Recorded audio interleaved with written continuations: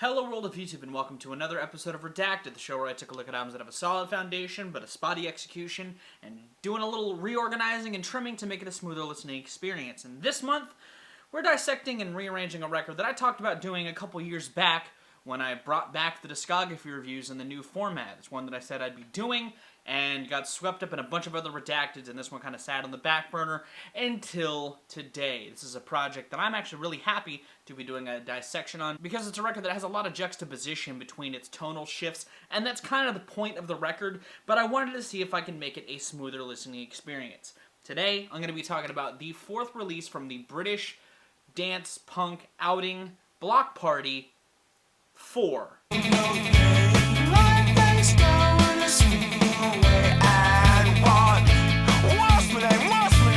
Now, if you missed my Bloc Party discography review, but in there, I say that I'm a pretty adamant defender of this record. I think it's a very solid return to form for the band after dipping into a lot of electronics from Intimacy.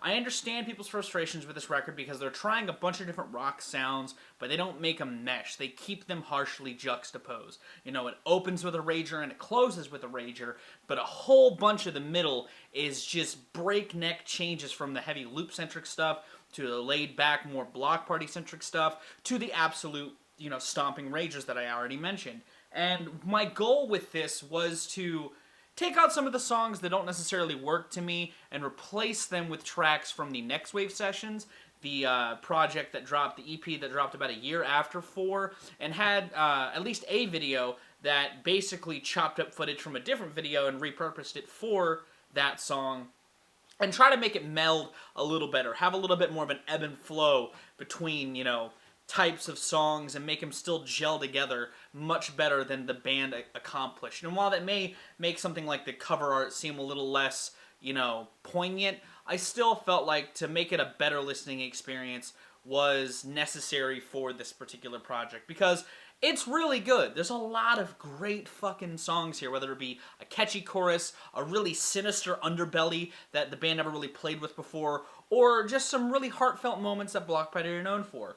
My version of this record is a tight 46-minute run with 13 tracks in it, and without further ado, let's go ahead and look at my track listing and break down why I put where I put it. I'ma let you have your say, but I ain't let you have your way.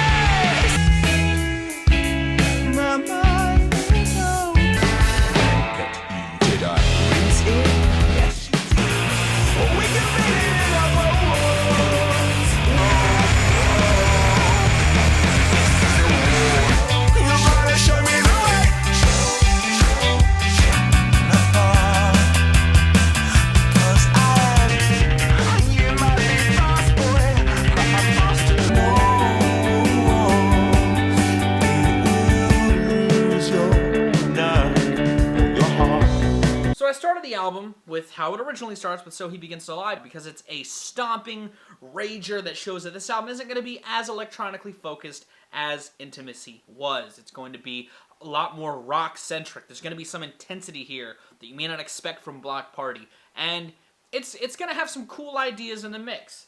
And I go from that to Ratchet because Ratchet is a little more of an old-school sounding Bloc Party song with a modern writing twist. A lot of the writing in it is very similar to Intimacy, but it plays forth a lot better on Ratchet and fits the sort of chopped up sonic ideas that the album had at its core pretty well.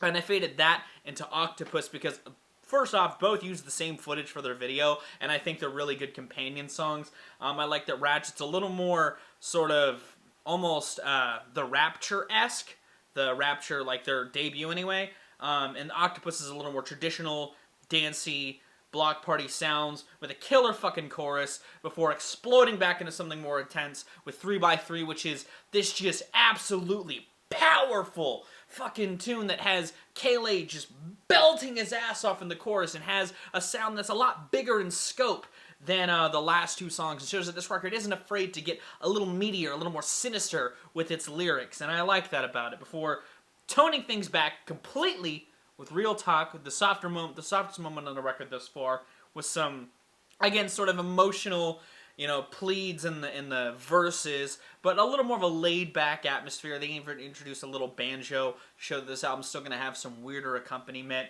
But that brief moment of brevity is kind of starting to fade away as French Exit comes in and the energy picks up a little more without increasing the intensity. And this is kind of be the catalyst for the next run of the record, because we go from French Exit to Kettling and We Are Not Good People, which was originally the closer on the album, but I wanted to have these two sandwiched together because they are just the ragiest ragers to have follow just this intimate moment. It's kind of a soft build up to an explosion of these two songs that I wanted to have together, because the best way to have the album flow better is to put songs of similar sounds together. And while I have the opener and 3x3 apart from these two songs, I kept them where they were on the track list because one's the great opener and the next one is just a good ramp up after the kind of similar sounding dancier songs of Ratchet and Octopus.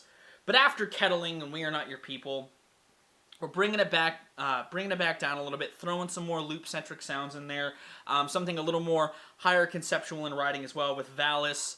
And again, this is just kind of a typical Bloc Party sounding song, but it's really well produced. It's got a tight groove, and it has this nice, fun energy to it that isn't as intense as the previous two songs. It's not quite a full come down, it's just kind of riding the wave a little more tepid. And after following V.A.L.I.S, again, a song that has a little more of a higher concept writing, being about Philip K. Dick, I wanted to kind of ride that sonic wave into something a little more safer for Bloc Party with Truth, which is just a nice, well-penned love song that, again, kind of ticks the boxes of a Bloc Party song. It's just a nice, solid tune that I wanted to have in the back half of the record to kind of represent golden age Bloc Party before changing it a little bit again, sonically shifting back into that loop-centric style that coded Octopus and Ratchet, with a little more of a tongue-in-cheek writing with Team A, another really, really good song that has some great guitar work in it, and I wanted to have something a little flashier. So funnily enough, I forgot to talk about the fact that I put the